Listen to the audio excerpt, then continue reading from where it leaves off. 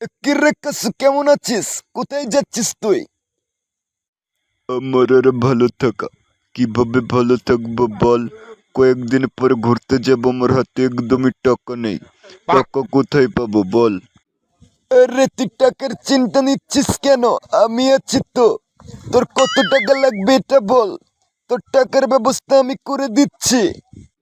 আমার অনেক টাকা লাগবে, কিন্তু টাকা কোথায় পাবো বল? কয়েকদিন পর কক্সবাজার যাব বন্ধুদের সাথে ঘুরতে। আমার কাছে একদমই টাকা নেই, আমার হাত একদমই ফাঁকা। কিছু একটা বুদ্ধি দে, যেটা করে আমি কিছু টাকা পাবো। আরে টেনশন নিচ্ছিস কেন?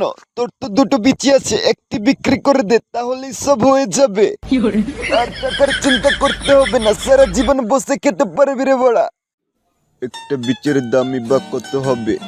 একটা বিচি বিক্রি করলে কি কক্সবাজার ঘুরে আসা যাবে? তাহলে আমার একটা বিচি বিক্রি করে দিব। আরে টেনশন নিচ্ছিস কেন? একটি বিচি বিক্রি করলে তুই সারা জীবন বসে খেতে পারবি।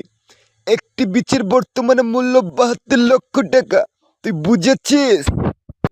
72 লাখ? এটা কোথায় বিক্রি করা যাবে তুই বল, আমি এক্ষুনি গিয়ে বিক্রি করব। জায়গাটা আমি খুঁজে পেলে তোকে বলবো আজই।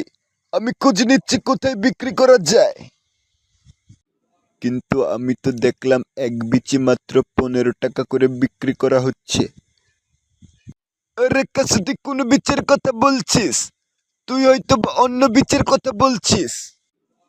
আরে না, আমি রাস্তা দিয়ে যাচ্ছিলাম তখন। কানকের ছেলে ওখানে তেলের বিচি বিক্রি করছিল।